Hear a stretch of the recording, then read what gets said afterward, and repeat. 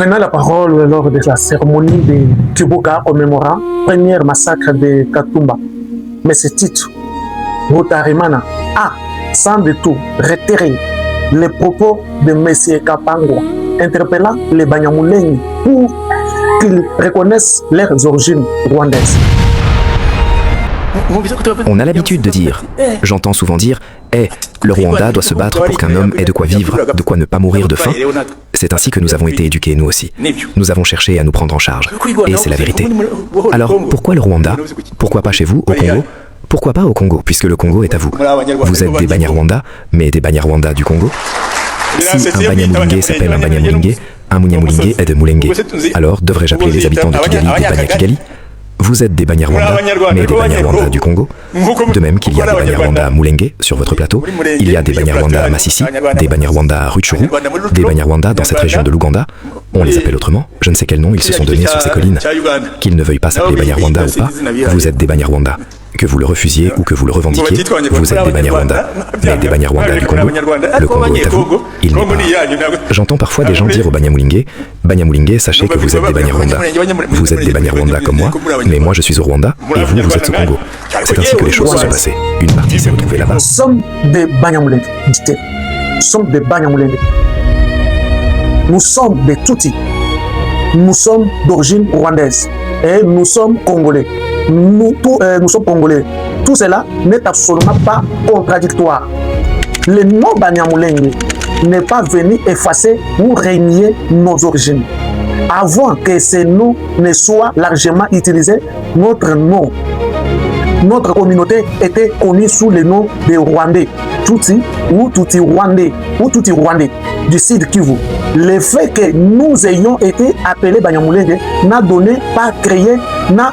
pas créé une nouvelle ethnicité, ni effacé l'histoire et les origines qui existaient.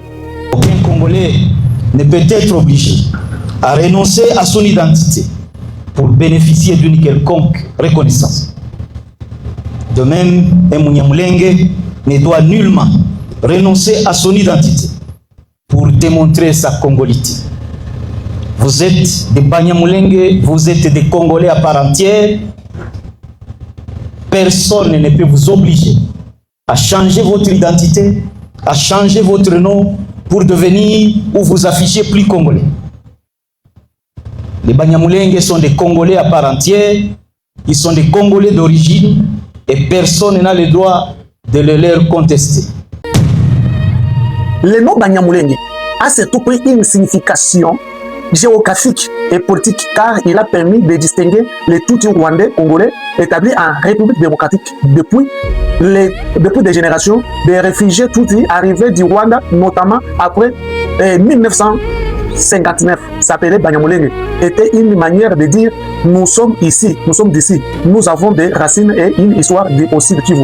Et nous ne sommes pas des réfugiés arrivés récemment. C'était une affirmation de notre identité congolaise et non un remaniement. Un officier rwandais a appelé les Banyamulenge à délaisser les réseaux sociaux et à prendre les armes au sein du M23 pour libérer le Congo.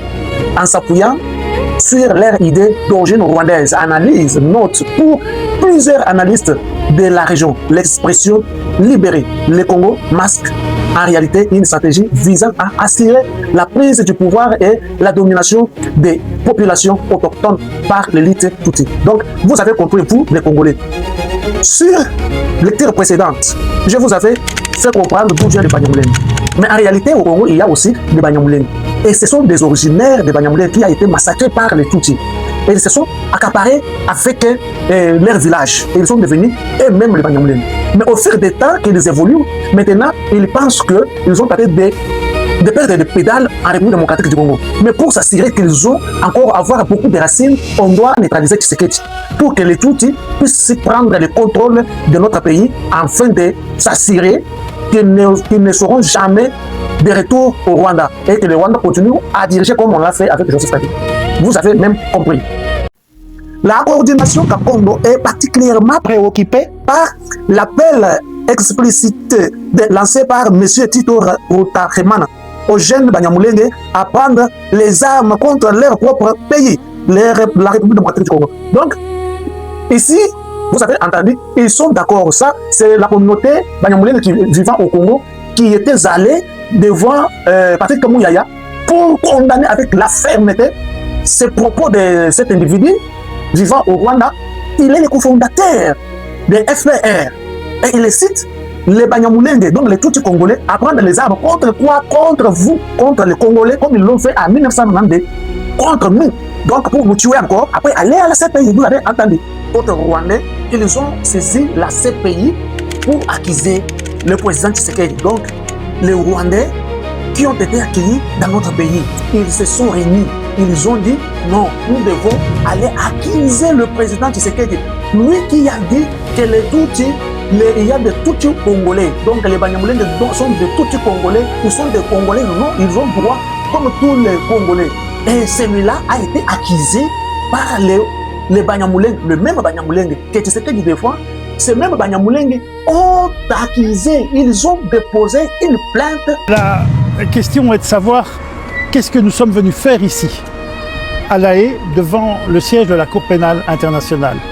Eh bien, ce que nous sommes venus faire, c'est un geste excessivement fort. Techniquement, nous faisons ce qu'on appelle une communication au titre de l'article 15 du traité, c'est-à-dire nous communiquons à l'autorité de poursuite, au bureau du procureur, un dossier complet concernant les crimes commis contre les Banyamulenge qui, à notre estime, relèvent du champ d'application du traité de Rome et de la compétence de la Cour pénale internationale. Et le geste symbolique a été le dépôt de ce document dans la pièce qui est réservée à cette action.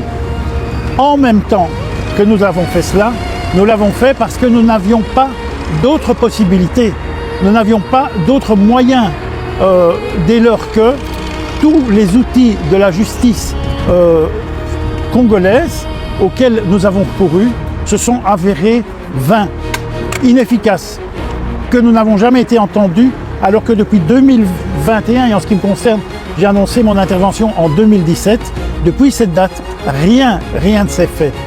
Et ce que nous avons constaté, c'est que finalement, si ça s'est passé comme ça, alors que nous espérions une réaction de l'appareil d'État, ce qui est la réaction normale face à des discours de haine, face à des opérations d'épuration ethnique, etc., quand nous avons vu que rien ne se faisait et qu'il y avait cette fausse paresse du pouvoir qui est en réalité une complicité objective, et nous n'avions qu'une solution, c'est de venir devant la Cour pénale internationale, d'interpeller le bureau du procureur en lui disant « Nous vous amenons un dossier solide, nous vous amenons des témoignages, des preuves, des discours de haine, des analyses historiques.